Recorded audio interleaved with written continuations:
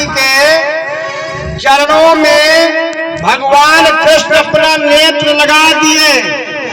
कितना जल गिरता है, ये नेत्र का नहीं है, ये चारों धाम की नदियां हैं। वो सारी नदियां ऐसी अवसर ताक करके भगवान कृष्ण के नैनों में समा गई। सारी नदियां भगवान के नैनों में समाई थी और वही नैन से वही जल गिर रहा है जो नदी का पानी है, जल है, गंगा जल, नर्मदा जो 7 नदी मोक्षदायिनी है, आज वही जल है जो हाथ से पानी जल नहीं छुए और एक परात पानी भर गया।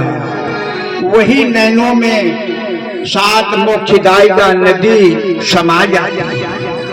बड़े विधि विधान से भगवान कृष्ण सुदामा जी का एक पैर से काकड़, रेता, कंकड़, कांटा एक एक हाथ से मल मल करके निकाले हैं और अपने अंगूठा से पोंछे, अपने अंगूठा से पोंछ करके सुदामा जी को सिंहासन बिठाए हैं। अब बिठाने के बाद हाल समाचार लिए, अरे भैया भाभी ने कुछ भेजी है। भैया ने कहे भाभी कछु न भेजी। अच्छा भैया विवाह तो हो गया होगा ना? बोले हाँ भैया भाभी आ गई है। अच्छा भैया तू बता तेरे कितनी शादी हो गई, कितनी पत्नी है? हे सुदामा मेरे की कुछ बात ही मत करो। आप कहिए खुशल कैसे में खुशल में है, भाभी कैसी है? भाभी कुछ दी होंगी खाने के लिए, कुछ लाए हो क्या? अरे कन्हैया ये तुम्हारी भाभी की ही तो प्रेरणा से हम आए हैं यहाँ। रात दिन रट लगाई थी कन्हैया के पास में जाओ, कन्हैया के पास में जाओ, वो तो तुम्हारे मित्र हैं, सब कष्ट दूर करेंगे कन्हैया, इसीलिए मैं आया हूँ तुमसे। अरे सुदामा ये क्या लुकाए हो, ये दिखाओ तो सही, ये क्या लिए हो? नहीं मेरे को लाज आ रही थी खाने में कन्हैया। भगवान मत करो, भगवान मत करो। उन्होंने बासन वस्त्र मखमली बनवाए, इसके बाद उनका चरण दाबने लगी। चरण दाबते दाबते ऊपर की ओर बढ़े, हाथ दाबते दाबते उनके कांख में नजर पड़ा।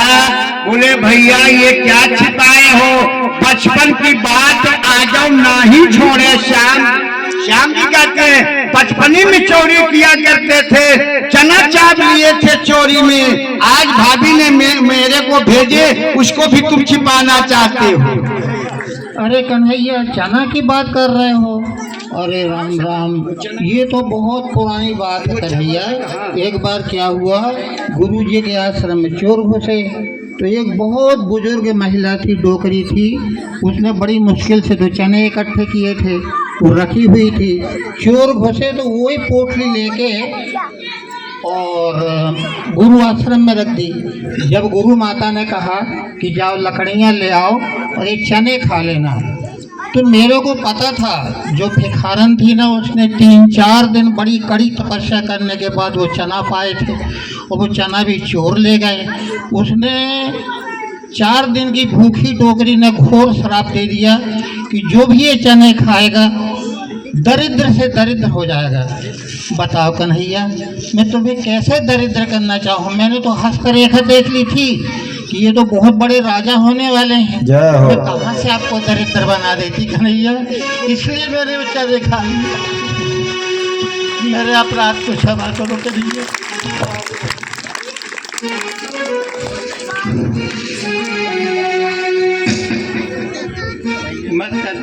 सुदामा दिखाइए तो है क्या इसमें, भाभी ने क्या भेजा है? अभी तुम बचपन की बातें नहीं छोड़े हैं चोरी करना, ये छुपा रहे हैं, लेकिन फिर भी दिखाइए तो इसमें है भाभी क्या भेजी है भाभी?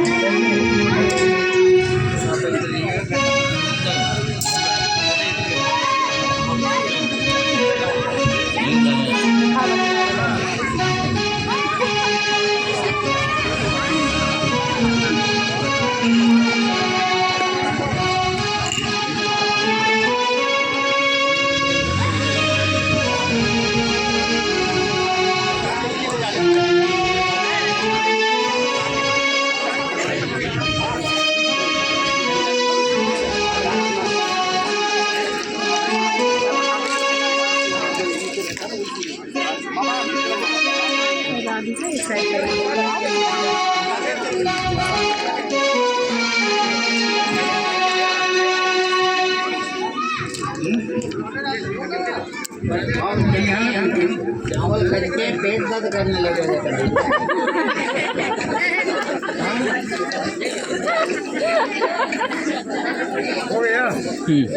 ये अमृत है सखा, ये अमृत है। हाँ, चाप चुके हैं कृष्ण। जब आप लोग अपने अपने जगह पर बैठे, कथा भी पूर्ण नहीं हुआ है, कथा बिगड़ जाएगा आपका। अगर इतने सुनना हो तो फिर ठीक है, अब तो पूरी कथा खोल कर देखे नहीं, सुदामा जी का उत्तर सुने नहीं। पहले आप उनको नहीं मत रखिए, थोड़ा थोड़ा बटवाना है और मिलाइए, अभी नहीं, अभी याद रख दीजिए। कथा मेरे से पुरंग मत करिए, कथा सुनिए, इसके बाद आप लोग करेंगे जो करेंगे। आनंद कंद भगवान जब गठरी को खोले तो भगवान ने अपने हाथों में लेकर के चावल देखे। चावल देखने के बाद कहते हैं, धन्य भाभी, आपने मेरे लिए कितना रस से भरा हुआ चावल भेजे हैं। रस से भरा हुआ चावल आज तक 16,108 रानियां ने में से मुझे ऐसा रस से भरा हुआ कोई चावल भोजन नहीं दिया, ऐसा भगवान कृष्ण कहते हैं। परंतु बंधुओं, वो चावल जो भगवान के हाथों में है, वो चावल से प्रश्न निकल रहा है। चावल प्रश्न करता है, जिसने उन्हें भगवान को भेजा है, सुशीला ने तो अपने तरफ से प्रश्न किया है। अब वो प्रश्न क्या है?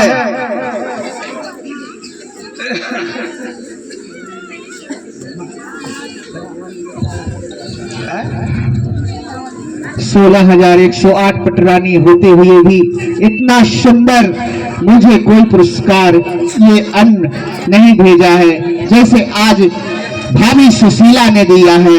इन स्वादों में तो मैं तीनों लोक वार दूं। एक लोक की तो बात ही क्या सुदामा, एक मुट्ठी चबाय दियो एक लोक बिहारी, अद्भुती मुट्ठी चबाय दियो लोक बिहारी। एक मुट्ठी चावल में एक मुख में डालें, अब वो चावल का अर्थ प्रश्न क्या कह रहा है? सुशीला जी कहती हैं, आए कन्हैया, एक वर्ष में 365 दिन होता है, 365 दिन में 12 महीना बनता है, 12 महीना में 24 एकादशी होती है, एक माह में 2 एकादशी होती है।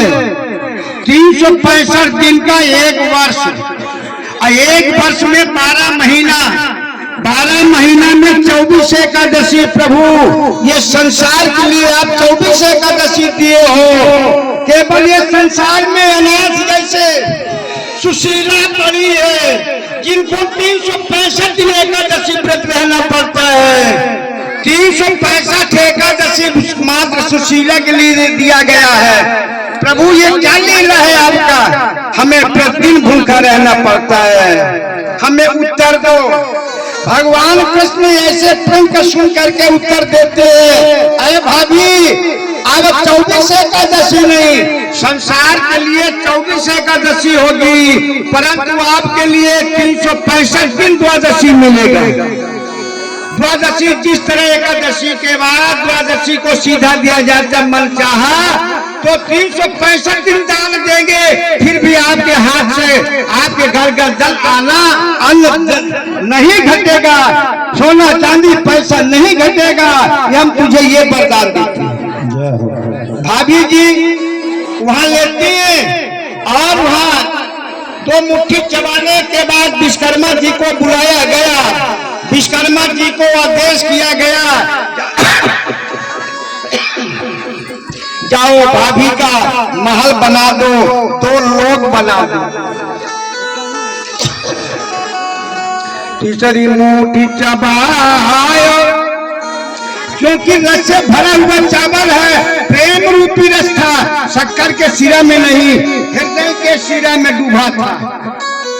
जब तीसरी मुट्ठी भगवान चावने लगे तो रुक्मिणी जी विचार करती है, हाथ गयो कमला कहे प्रभु जी की आसपास बिसारी, रंग कहीं आप समान कियो रंग कहीं हो चाहत भिखारी। अरे दो मुट्ठी चबा दिए, दो लोग महल बना दिए, और तीसरी मुट्ठी चबा कर तीनों लोग का अधिकार दे देंगे। प्रभु आप अपने लिए जो सोच करें कि मैं कहाँ रहूंगा, प्रभु आप 3 मुट्ठी चबाएंगे। इस बात सुनने के बाद भगवान कृष्ण कहते हैं, अरे मूर्ख रुक्मिणी, क्यों रस में किस पान मिलायो, अखान न दिए मुझे कफंका, लोग कहें हरि मित्र दुखी, मोश सहो नहीं जात कलंका। ये संसार हमें कलंक का धरेगा कि भगवान तुम के मित्र सुदामा भिखारी का भिखारी रहा आया, अब मेरे रस में तुमने जो भरा रस था उसमें तूने पान कर दी। मूर्ख ऐ रुक्मिणी, आज तुम 3 लोक में बैठ करके यहाँ बैठे हो, आज वही ब्राह्मण था, वही सुदामा था जो कुंडलपुर से पत्र लिया था तेरे हाथे, अब मेरे द्वारिका में पहुंचाया। यही ब्राह्मण के कारण तू आज द्वारिकाधीश में आई हो। अगर तुम यहाँ न आई हो तो शिशुपाल की पत्नी होती तो तुझे पता होता। यही ब्राह्मण का तूने निरादर किया, अपमान किया, मैं तुझे श्राप देता हूँ। मैं ब्राह्मणों का श्राप, ब्राह्मणों का अपमान नहीं देख सकता, ब्राह्मणों का अपमान नहीं सहन कर सकता है। ऐ सुशील लक्ष्मी, जाओ ब्राह्मणों के चरणों के तल में रहोगी, ब्राह्मणों के चरणों में तेरा वास होगा। ऐसा भगवान कृष्ण लक्ष्मी रुक्मिणी जी का कहते हैं। रुक्मिणी जी शर्मिंदा होकर के अपने शयन कक्ष की ओर चली जाती हैं और बड़ा पश्चाताप करती हैं। उन्हें याद आया कि ब्राह्मण था, पत्र लेकर आया था, जब मैं रो रो करके गिरती थी तो हो सकता है यही ब्राह्मण पत्र लिया था और द्वारिका पहुंचाया। आज वही ब्राह्मण के कारण मैंने 3 लोक का स्वामिनी बैठी हूँ, लक्ष्मी बन के बैठी हूँ।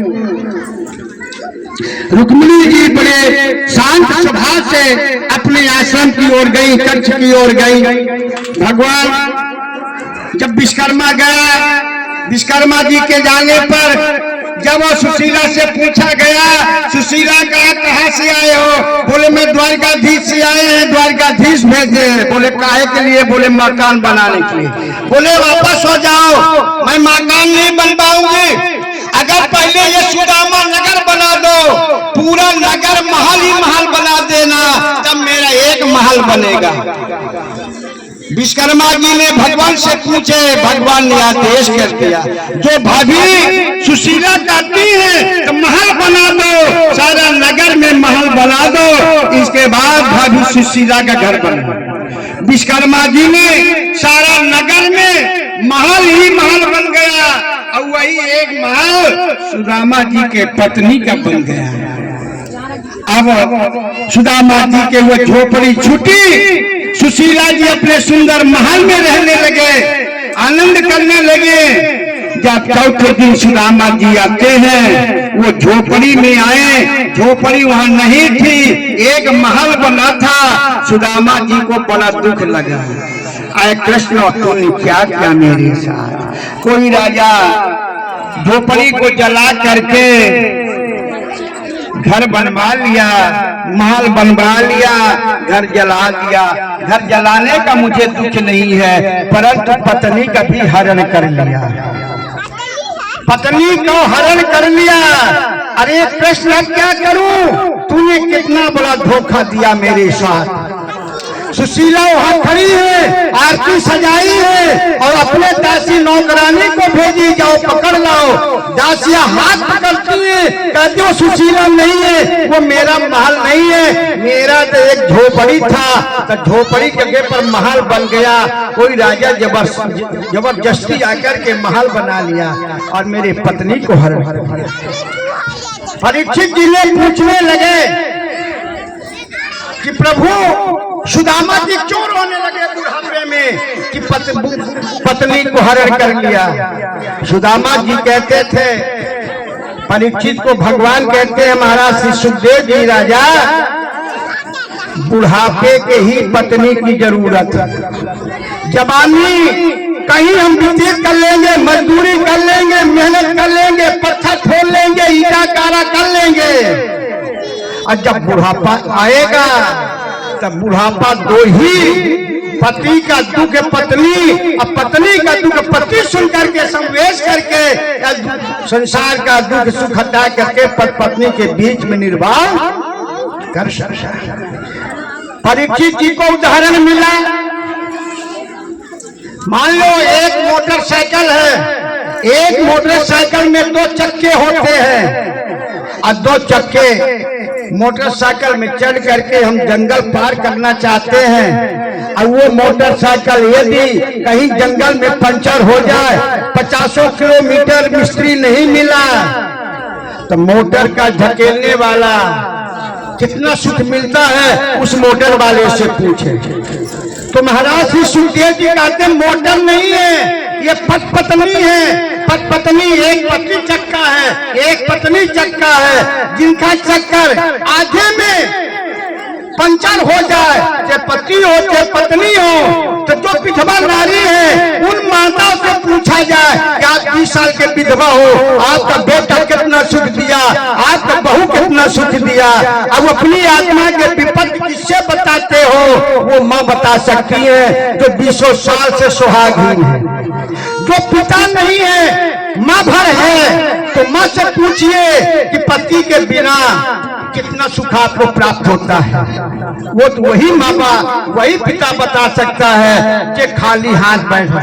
यानी पत्नी मोटरसाइकिल के चक्का है।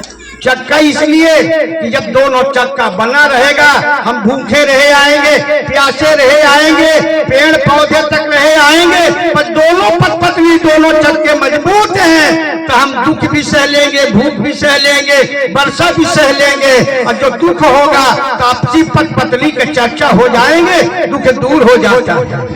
महाराज श्री सुखदेव जी सम्राट परीक्षित ये कहते हैं कि बुढ़ापे की पत्नी की जरूरत है। इसीलिए महाराज श्री सुखदेव जी परीक्षित से बता रहे हैं, और सुदामा जी यही कारण रो रहे हैं। भगवान कृष्ण सुदामा जी को डायरेक्ट अपने सिंहासन में बैठाए, बलदाऊ को नहीं बैठाए, अर्जुन को नहीं बैठाए, वसुदेव को नहीं बैठाए, अपने गुरु को नहीं बैठाए, केवल सुदामा को सिंहासन क्यों बैठाए? ये कि ब्राह्मण मान के, ये कि सखा मान के, या गुरु भाई मान के, सिंहासन में वही बैठ सकता है जो बराबरी का दर्जा होता है, वही सिंहासन का अधिकारी हो सकता है। जो भगवान के बराबरी ज्ञानी हो, भगवान के बराबरी कार्य करने वाला हो, वही सिंहासन बैठ सकता है। परीक्षित ने पूछे प्रभु क्यों? महाराज श्री सुखदेव जी कहते हैं भगवान कृष्ण तो 3 लोक के बिहारी हैं, सुदामा के 3 लोक 14 भुवन हृदय में विराजमान है। एक एक श्वास में कृष्ण है, एक एक रोम में कृष्ण है। भगवान कहते हैं हमें माया सता देती है, पर सुदामा को माया नहीं सताई, मेरे से बढ़कर के धनी है। मैंने अभी कहा था धनी किसे कहते हैं, तो भगवान कहते हैं मुझसे भी धनी है सुदामा, मेरे पास उनके अंतरात्मा का धन है। धन 2 प्रकार का होता है बंधुओं, एक धनी का धन होता है, एक मन का धन होता है। मन का धन यदि नहीं है, आपका मन है, आपका मन है यदि सही धनी, तो आपका मन पूर्ण करेगा। और जो धन का धनी है अब मन नहीं है, वो धनवान नहीं कहा जाता है। भगवान कृष्ण सुदामा को धनवान कहे हैं। भगवान अपने से बड़ा धनवान सुदामा जी को बोले, इसलिए भगवान सुदामा को अपने बराबरी में दर्जा दे करके सामने सामने बैठे हैं। इतना बड़ा इस जगत में सुदामा से धनी कोई नहीं है, सुदामा से धनी कोई नहीं है। परंतु जब सुशीला जी ले जाती है पकड़ के, सुदामा जी नहीं मानते थे, झूठ बोल रही हो। सुशीला रोती है, कहती प्रभु मैं आपको प्रमाण करूं, मैं वही सुशीला हूं।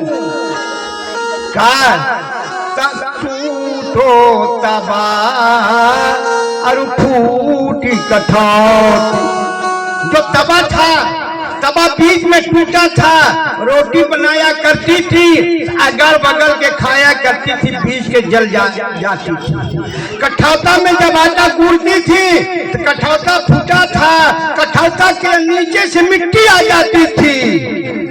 जब सुशीला जी अपनी पुरानी लूगा लाकर देते हैं, बोले प्रभु यही धोती है, पहचानिए।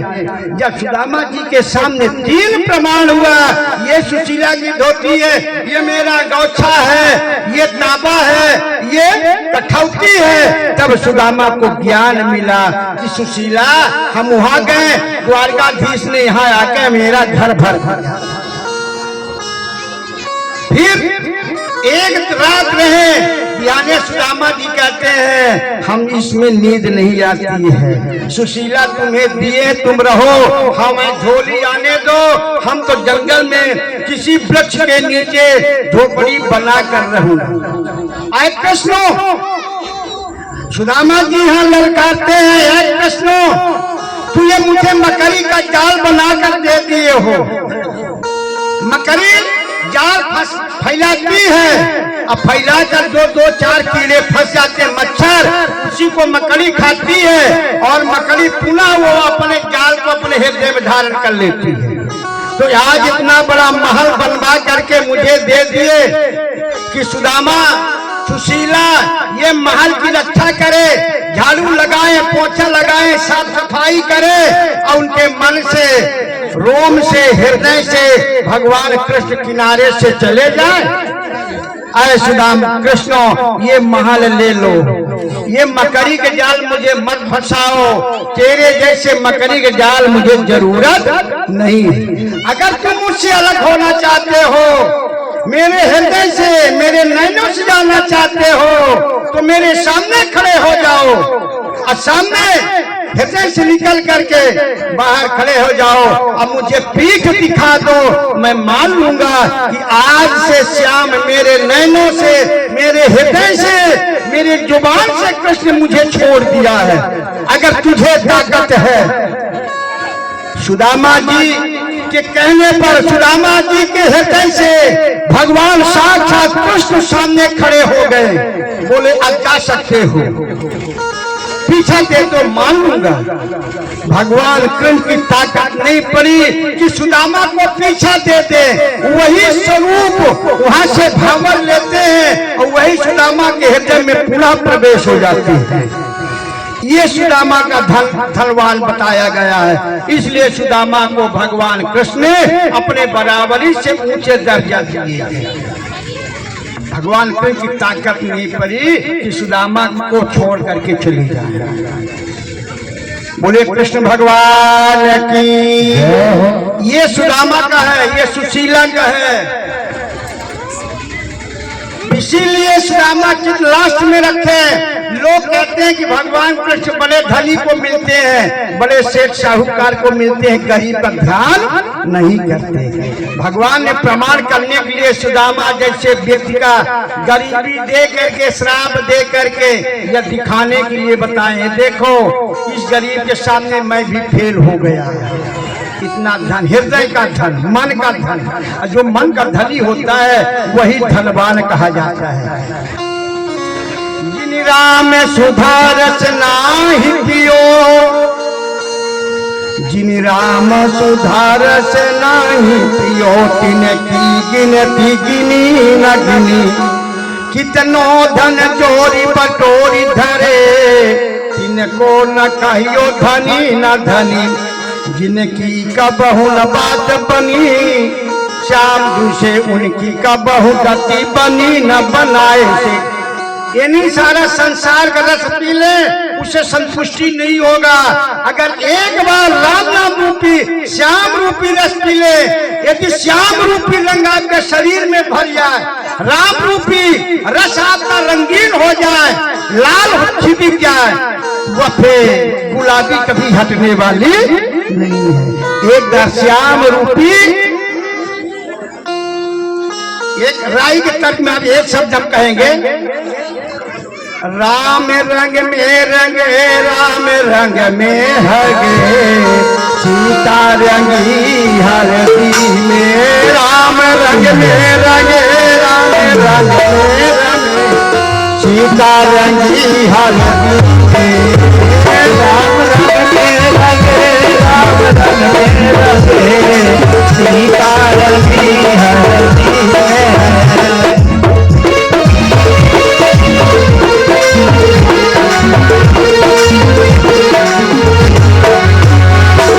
सीता रंगी हरदी में, सीता रंगी हरदी में। राम रंग में रंगे, राम रंग में रंगे, सीता रंगी हरदी में। राम रंग में रंगे, राम रंग में रंगे, सीता रंगी हरदी में।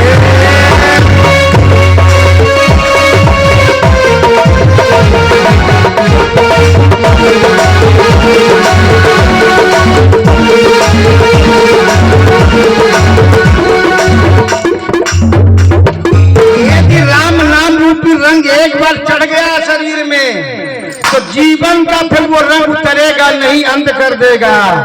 पर जिन राम में सुधा रस नाई पियो, वह व्यक्ति के नहीं, जो राम नाम रूपी रस को पीता है और अपने हृदय में धारण करता है। तो राम रूपी यही कथा है, श्याम रस रूपी यही कथा है। अगर ये रस परमात्मा का नाम गान, भगवान का चरित्र एक बार नैनों में चढ़ गया, तो ये नैन से उतरने वाला नहीं है। इसी को रंग कहते हैं। आज देखिए सुदामा जी का रंग रंग गया, अंतिमतम काम किया। इस प्रकार कथा का रस ये है। अब आगे की ओर चले। भगवान कृष्ण इन्हें पूर किए।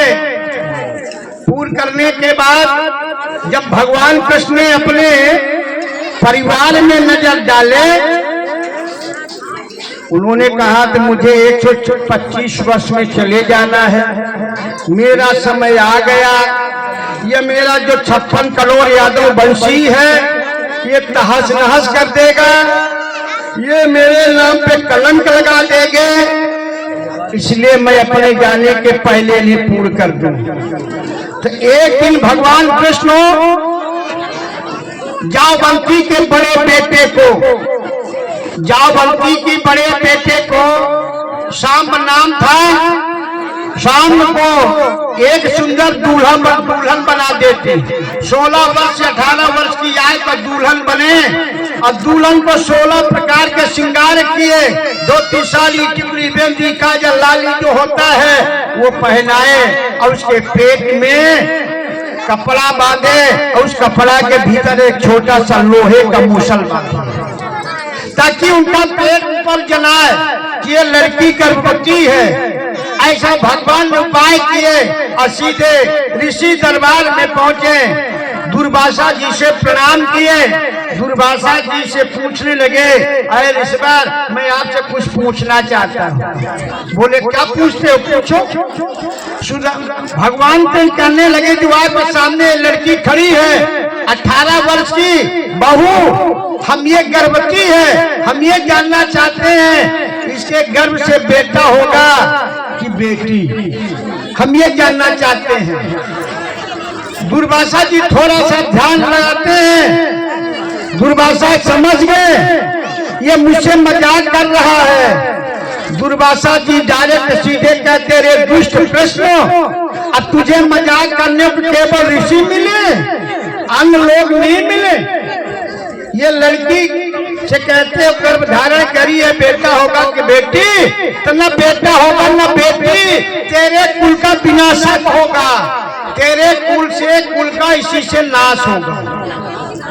भगवान कृष्ण बड़े जोरों से हंसे, बोले बस यही जरूरत। उसके पेट के कपड़ा को खोले, कपड़ा खोलने के बाद एक लोहा का मूसल था, समुद्र में ले आए, घिसने लगे और घिसने के छोटी छोटी रेता गिरती गई, कटती गई और जब हाथ में पकड़ते नहीं बना तो वही एक छोटी सी गुल्ली चोट बनाकर समुद्र में फेंक दी। अब वो लोहा का कल जो कटा था घिसने में, तो एक पटेला नाम का घास होता है जो चारों तरफ किनारे में जाम उगी आया, पौधा बन गया। वो पौधा बनने के बाद और समुद्र में लोहे का कण फेंके थे।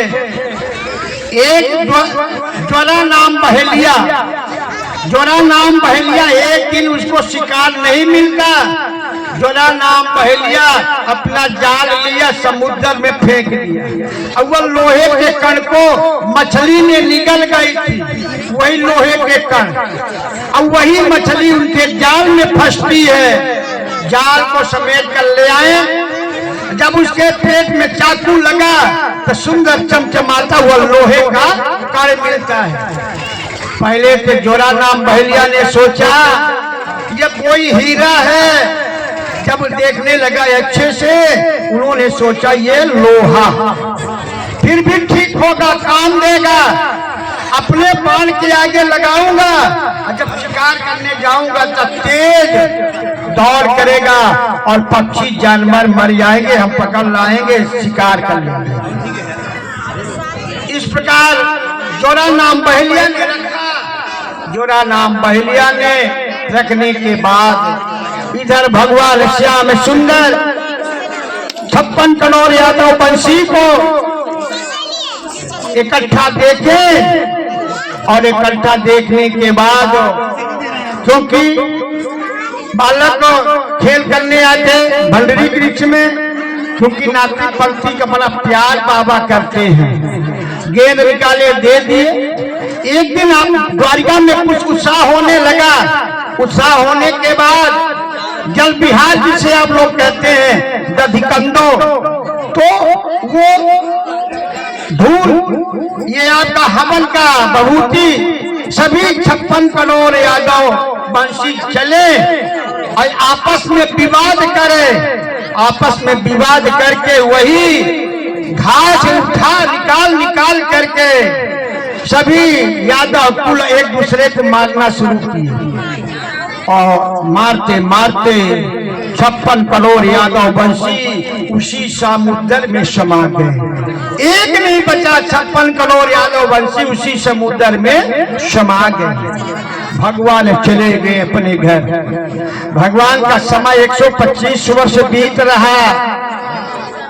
भगवान के समय जब आया तो भगवान अपने द्वारिका से बाहर आए, एक पीपल के वृक्ष में टिकते हैं और उनका बायां पैर दाहिने पैर के ऊपर घुटना में ऐसा धरे, बायां पैर में पद्म था।